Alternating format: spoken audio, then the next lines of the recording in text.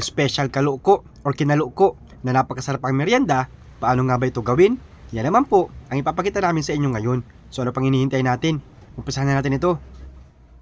Magandang araw po sa inyong lahat. Ngayon po ay gagawa kami ulit ng special na kaluko. Special po kasi gagamit kami ng cheese at ng condensed milk.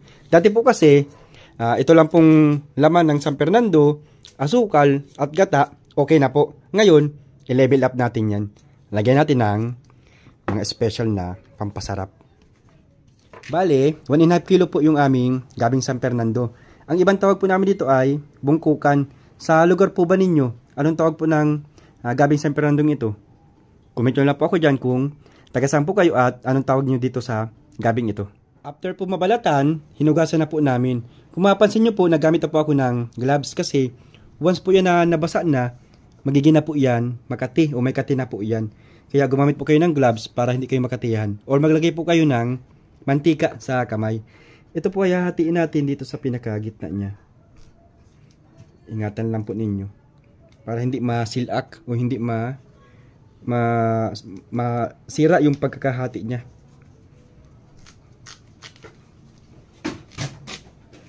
Yun. Okay na po yung ganyan. Pagkatapos po mahiwa sa gitna, ito po ay kukudkudin. Yan lang po. Tsagaan lang po pag kudkud. And dandahanin nyo lang po pag kudkud para hindi po masira yung pagkaka-form niya. Ganito po ang magiging resulta after na makawid na po yung mga laman niya.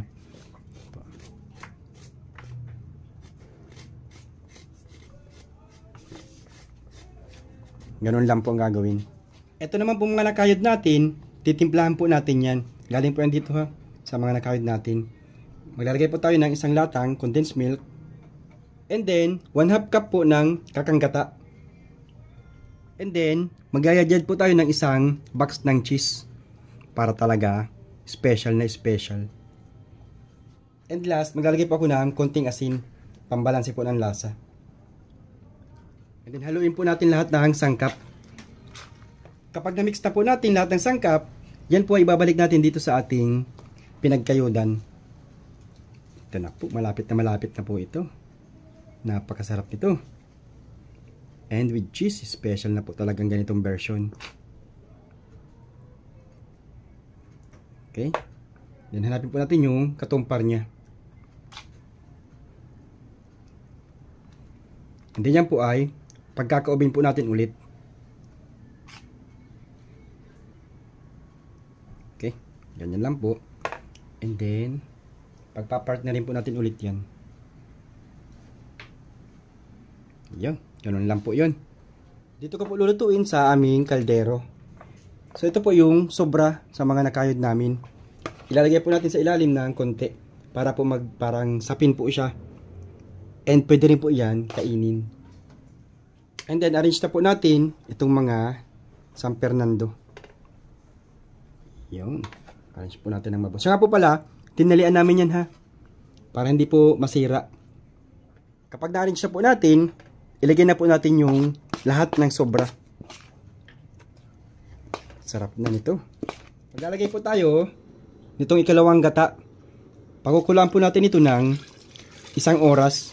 Sa mahinang apoy lang po, medium fire lang po. Pagkalipas po ng 1 oras sa pagpapakulo, ito na po yung ating niluluto. Yan. Napakabango na mga ka-eyeball.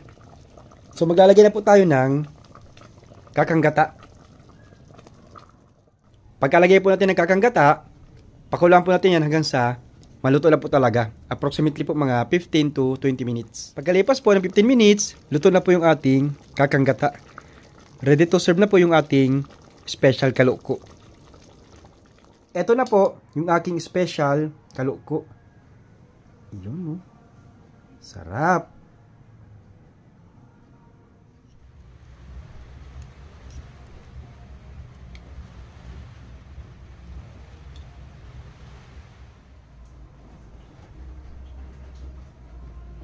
Napakasarap po nito. So kain na po kayo.